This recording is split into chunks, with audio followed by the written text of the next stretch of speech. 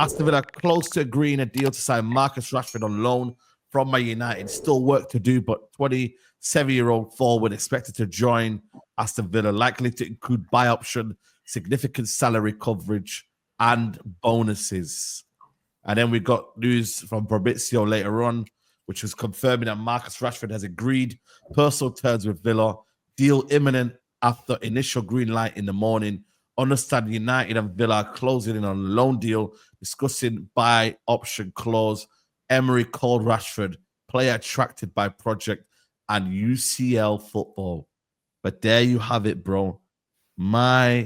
Rashford in a Villa shirt. Does that look weird to you, bro? Like, just looking at that, does that look weird? Nah, not really. I'm like, obviously, we're used to seeing Rashford, and the problem with Rashford is that he's one of those players who spoke a lot about being a Mancunian and what it meant to him, whereas some players just crack on with it. Like Kobe Mainoo is one, but he hasn't gone on about it in the short period of time that he's been at United. So if you saw Kobe rocking up in another jersey, it might not feel as weird as it is seeing Marcus Rashford. But the reality is that Marcus Rashford, for me, he's won a lot, to be honest. As much as we can banter Marcus to an extent, but when I look at him as an individual player and I look at what he's won at Man United, can Marcus win any more at 27 years old? True. He's won every trophy possible as far as you look at trophies wise, and then you look at the big two that's evaded him in the Premier League and the Champions League. And Man United being in this rebuilding stage. And this is something similar that I say to Bruno Fernandes. When you get onto 27, 28, and Man United are looking at least 3 years before they're really competing at the highest level, what age are you going to be at? And what's the likelihood you're going to win those big two? Yeah, it's true. Yeah, man. And I think Aston Villa as a club are further on in their development than we are. We got to accept it. They were better than us last year. They're better than us this year.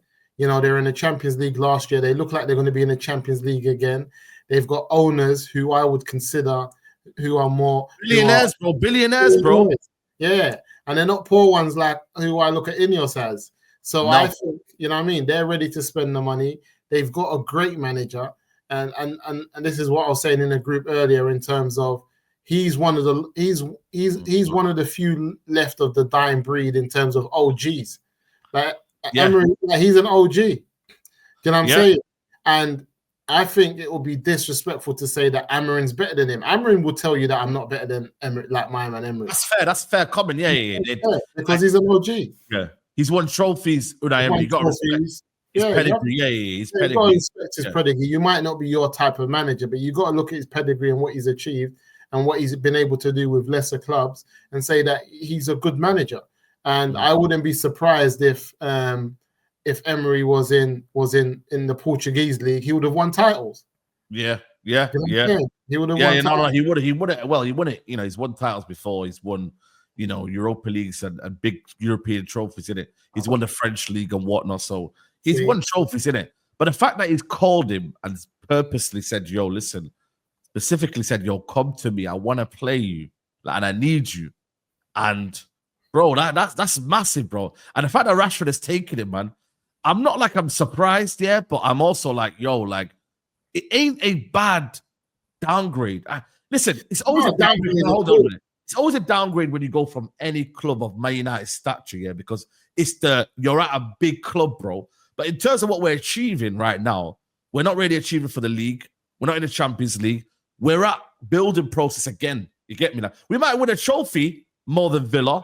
But Villa, you can see that they're on the brink of something. We don't know quite yet, but they're on the brink of something. They've got talented players, talented squad. They've got billionaire owners, got a good stadium. So I don't think it's a downgrade, but it's still... I think it's a sideways step.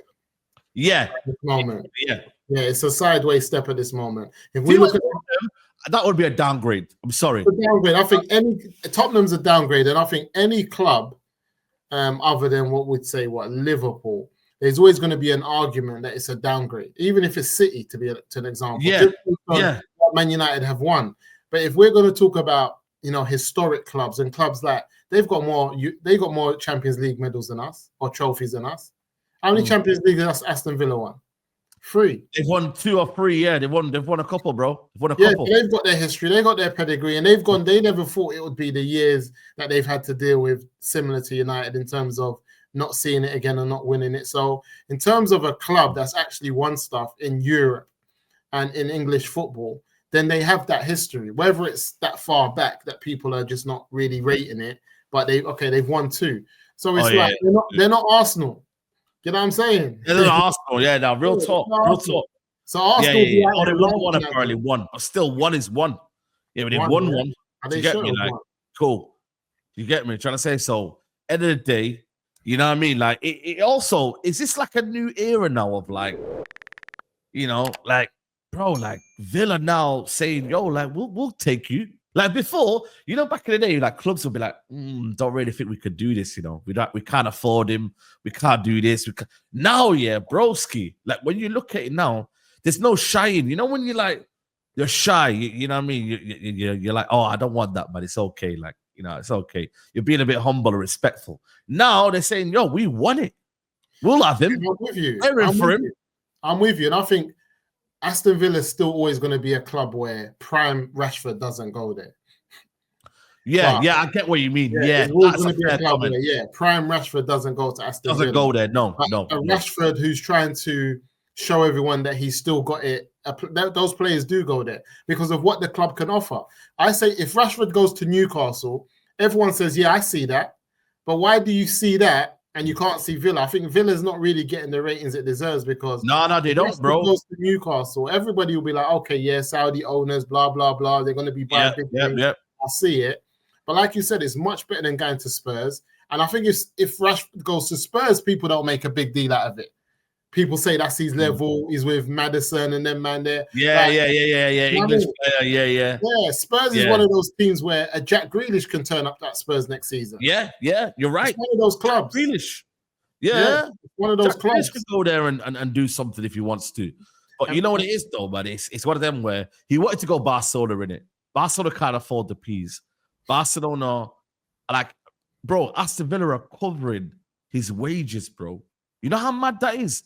A significant portion. Apparently, it's nearly 200K a week. Yeah, they got money though. They just made some big sales with Durant. They're in the game. Bro, they made a big sale, man. And when I look at them as well, I look at them today. Watkins went injured. They had Marlon, who was like, meh. I'm being honest with you. Bailey on his day is all right. They need a player like this, Like they need it. They do. They do need Marcus. You know what I'm saying? They need it, bro. They're in the Champions League. They're in the FA Cup. Do you know what I mean, bro? Like, them man are like, they're on a high right now. Like, you see how Newcastle were, and then it was obviously Aston Villa. Now it's Nottingham Forest. There's always a team that they need to make that jump, bro. Like, Villa can easily, they've made third last season. Do you know how big that is? Did they finish third or did they finish fourth last season? I think when did they finish? Fourth. I think they finished fourth last season, didn't it? Fourth. But they broke into that top 4, man, for the first time since O'Neill. Was it Martin O'Neill? Yeah, Martin O'Neill. I remember. Yeah, since Martin. Yeah, they finished fourth. They finished fourth. Yeah, they finished fourth last season, bro. Like, this ain't the team that's joking around, bro. Like, the season before that, they finished 7th. Season before that, they were quite rubbish, to be fair. Season before that, they were in the relegation area. You know what I mean? 14th. But if I go to Martin O'Neill's side, when was that? Was that 2008-9, isn't it? Yeah, that was a while. And then before that, was it 2007-8? 7-8, they finished 6. What was that time when you went top 4? I think it was Europa League when they were doing well. It was only Europa. I don't think they ever actually got in top 4. Oh no, it was 3 years on a bounce. They got top 6. Yeah, so European 3 football. Years on a bounce. Yeah. They got top 6. You know what I mean? And then obviously after that, football, that was a big deal back then to be able to come in behind the big 4 and get European football. Big deal, man. Because the top 4 was set, bro. It was Man United, Chelsea, Man United, Chelsea, Arsenal, and it wasn't even City. Was Liverpool, wasn't it? Them times then. No, not even Liverpool. Was it Liverpool? Who was a traditional top four? Arsenal, Chelsea, Man United, Arsenal, and Liverpool. Yeah. Was it Liverpool? Yeah, Liverpool. Yeah, there you go. Okay, Liverpool. Yeah, so Liverpool, yeah. Even Everton one season had it in there, but Liverpool, okay, cool. Now to break into that, now it's a massive thing, bro, And now the money's coming through. They've got some big names in there, bro. Onana, 50 million, And they got ballers in their team. Yeah, even before they let my man go to Juventus, they were balling out last season. Louis, Douglas, Louis, they were doing their stuff. Yeah, so they're a good team. I think they've done well, and even though the fact that they won Ensenso, I like. Aston Villa are comfortable. They know what they're doing. But again, I think the manager. You know what I'll say though? Unai Emery won't have this, play when you want to play like it and play how you feel, and you know what I'm saying? Like, bro, like if he's developed players though. He's developed players. He's got good. He's got a good track record, But Unai Emery's come on. Yeah. Like you're not that kind of guy where bit chilled out and that. Like no. He's on it on the touchline. That's what he'll demand. And if Rashford isn't on that, bro, like you need to be on it, bro. Like you can't. I tell you that if Marcus Rashford can't do it in a team that's in Champions League football, playing good football, a manager that can develop players and get the best out of players, if he doesn't do it now, he's done. He's done, yeah. Yeah, he's like done. He's Sterling kind of done. Like Sterling type of done. Yeah. Bro, if he doesn't do it at Aston Villa, because I think Aston Villa's given him the platform. They play the type of football he likes. Watkins and that. They play those balls where you can run onto them. They play Man City to Chelsea. Remember, Sterling went from Man City to Chelsea. Yeah. And everyone was like, yo, man, that's a good move and that. Yeah. And then it didn't really work out at Chelsea, let's be honest. It's gone Arsenal, it hasn't worked. And then obviously is that Arsenal, and you can clearly see, man, he ain't that guy. You know what I'm trying to say?